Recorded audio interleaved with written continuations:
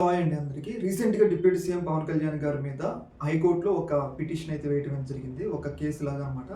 ఆ కేసు ఏంటి అంటే, గతంలో వాలంటీర్ల మీద పవన్ కళ్యాణ్ కొన్ని వ్యాఖ్యలు అయితే చేయడం జరిగింది. వాలంటీర్లు అనేటోళ్ళు హ్యూమన్ ట్రాఫికింగ్‌కి పాల్పడుతున్నారు అని చెప్పేసి గతంలో వాలంటీర్‌ని ఉద్దేశించి డిప్యూటీ సీఎం పవన్ కళ్యాణ్ గారు కొన్ని సంచలనమైన వ్యాఖ్యలు అయితే చేయడం జరిగింది.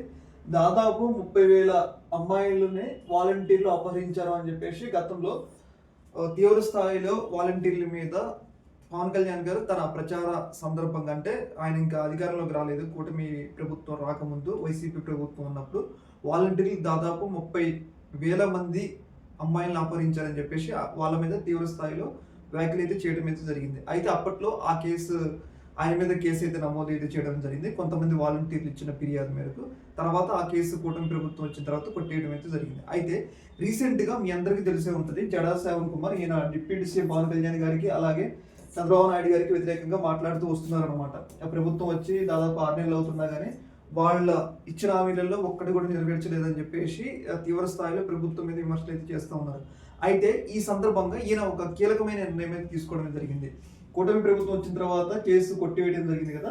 అయితే ఇప్పుడు ఒక 2 మహిళా వాలంటీర్ల చేత హైకోర్టులో పిటిషన్ వేశారనమాట. అదేంటి అంటే, పవన్ కళ్యాణ్ మమ్మల్ని అవమానపరిచేలాగా మాట్లాడారు, మేము హ్యూమన్ ట్రాఫింగ్ చేయకపోయినా మా మీద తీవ్ర స్థాయి ఆరోపణలు చేశారు కాబట్టి ఆయన మీద కేసు నమోదు చేయండి అని చెప్పేసి 2 వాలంటీర్ల చేత ఈయన లాయర్ అనమాట, ఈయన అడ్వకేట్గా ఉండి కేసు అయితే నమోదు చేయడం జరిగింది. ఏదేమైనా కానీ ఇది ఒక రకంగా ఒక పెద్ద స్థాయి చర్చకి అయితే దారిచింది అనమాట. ఇప్పుడున్న సమయంలో అది కూడా డిప్యూటీ సీఎం పవన్ కళ్యాణ్ గారి మీద కేసు నమోదు చేయాలంటే పోలీసులు నమోదు చేయలేరు కాబట్టి ఇప్పుడు ఆయన డైరెక్ట్గా హైకోర్టులో అయితే రివ్యూ పిటిషన్ వేయడం జరిగింది, అంటే పిటిషన్ వేయడం జరిగింది. మరి ఆ పిటిషన్ని హైకోర్టు స్వాగతిస్తుందో లేదో చూడాలి. ఏదేమైనా కానీ జడా శ్రావణ్ కుమార్ మాత్రం డిప్యూటీ సీఎం పవన్ కళ్యాణ్ గారి మీద అలాగే చంద్రబాబు నాయుడు మీద, టీడీపీ ప్రభుత్వం మీద, కూటమి ప్రభుత్వం మీద తీవ్ర స్థాయిలో విమర్శలు అయితే చేస్తూ ఉంటారు. చూడాలి మరి హైకోర్టు మరి ఎలాంటి నిర్ణయం అయితే తీసుకుంటుంది.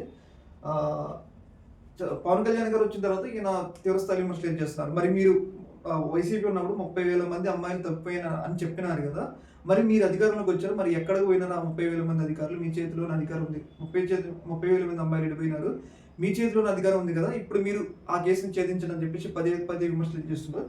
ఇప్పుడు పవన్ కళ్యాణ్ వ్యాఖ్యలకి హైకోర్టులో కేసు అయితే వేయడం జరిగింది. మరి హైకోర్టు ఎలాంటి నిర్ణయం తీసుకుంటుందో చూడాలి. మరి ఈ యొక్క అంశం మీద మీ యొక్క అభిప్రాయం అనేది తెలియజేయండి.